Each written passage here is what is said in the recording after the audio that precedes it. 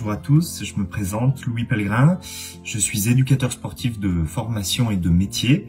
Je m'occupe de l'activité physique sur le domaine thermal d'Alvar-les-Bains et plus largement, j'interviens auprès d'associations, d'entreprises et de particuliers sur du sport santé.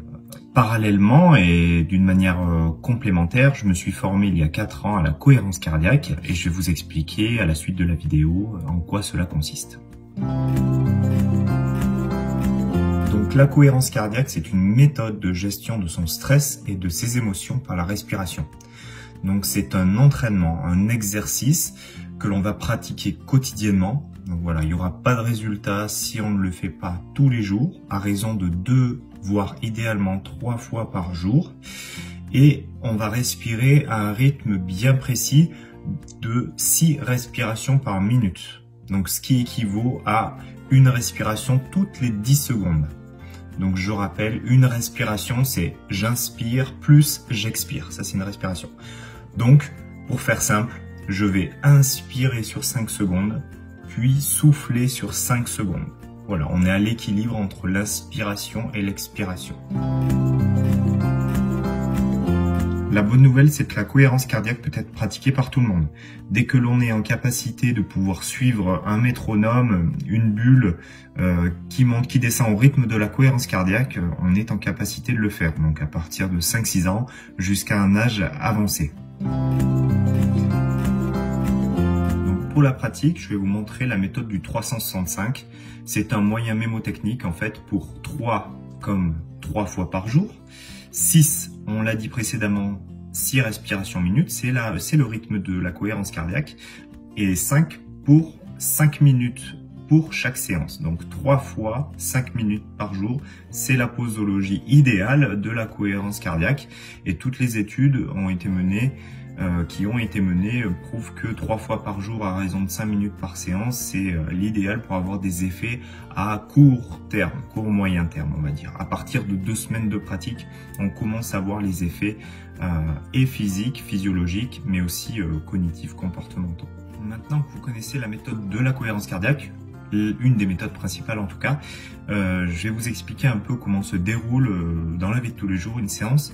Donc moi je vous conseille de le faire assis, avec les pieds bien à plat, un bon ancrage au sol, les genoux à 90 degrés, on se redresse bien, le dos bien droit, on essaie de le décoller à son dossier, on n'est pas avachi dans son fauteuil.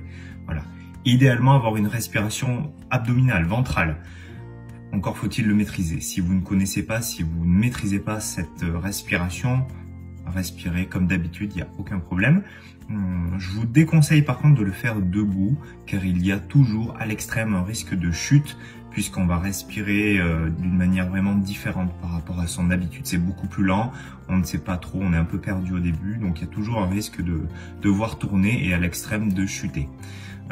Allonger, c'est possible, par contre ça sera moins efficace. Je ne vais pas rentrer dans les détails, mais il y a une différence entre être allongé à l'horizontale et debout à la verticale. Donc ça marche mieux à la verticale. Par contre, la nuit, si vous voulez le mettre en place pour retrouver le sommeil par exemple, je vous conseille de rester allongé ou légèrement vous redresser avec les coussins. Voilà. Comme je vous l'ai dit précédemment, tout le monde peut pratiquer la cohérence cardiaque. Il n'y a pas de contre-indication, il n'y a pas d'interaction négative avec quelque traitement que ce soit. Donc pour les enfants par exemple, très intéressant pour augmenter la faculté de mémorisation et d'apprentissage. Alors les enfants, on parle du primaire, collège, lycée, voire plus après sur les études supérieures, à l'approche par exemple des examens ou en période de forte charge de travail, très intéressant à mettre en place pour limiter son stress. Donc l'hormone principale du stress étant le cortisol. C'est une hormone qui est très importante pour nous, mais malheureusement qui est trop présente. Donc on va essayer de limiter les pics de cortisol par la pratique régulière de la cohérence cardiaque. Pour un adulte, que ce soit dans le monde du travail ou autre, très intéressant également. Par exemple, en ce moment, nous sommes dans un contexte sanitaire économique très précaire, très fragile. Donc nous sommes stressés, nous sommes incertains envers l'avenir. Donc très intéressant à mettre en place.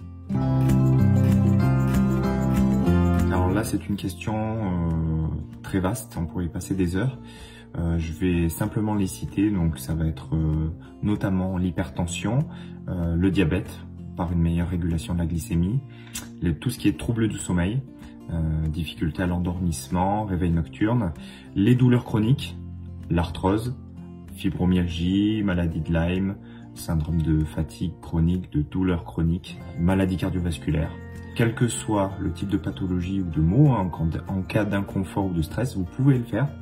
Il n'y aura de toute façon pas d'interaction négative. Pour en finir avec cette brève présentation de cohérence cardiaque, je voulais vous donner quelques conseils pratiques. À savoir qu'il existe des applications sur smartphone de cohérence cardiaque. Moi, je vous conseille l'application Respirelax Plus, qui est gratuite, qui est très facile d'utilisation et qui a de nombreux réglages. Si vous n'avez pas de smartphone, vous pouvez trouver des guides respiratoires sur Internet en tapant sur un moteur de recherche, quel qu'il soit, guide respiratoire cohérence cardiaque. Vous allez en trouver des dizaines et des dizaines. Concernant la pratique, essayez de la ritualiser. Donc de le faire par exemple au moment du lever ou avant chaque repas pour que cela devienne une habitude. Au bout d'un mois, vous allez prendre un rythme et ça sera quasiment gagné. Enfin, je voulais vous citer l'inventeur de la méthode du 3-6-5, qui est également mon formateur. C'est le docteur David O'Hare. Donc, il a écrit plusieurs livres sur le sujet. Si vous allez voir sur Internet, vous allez trouver des exercices, des vidéos explicatives. Si vous êtes intéressé, n'hésitez pas d'aller jeter un œil. J'espère que ce sujet vous a plu, vous a intéressé. Si c'est le cas, je n'ai plus qu'à vous souhaiter un bon entraînement.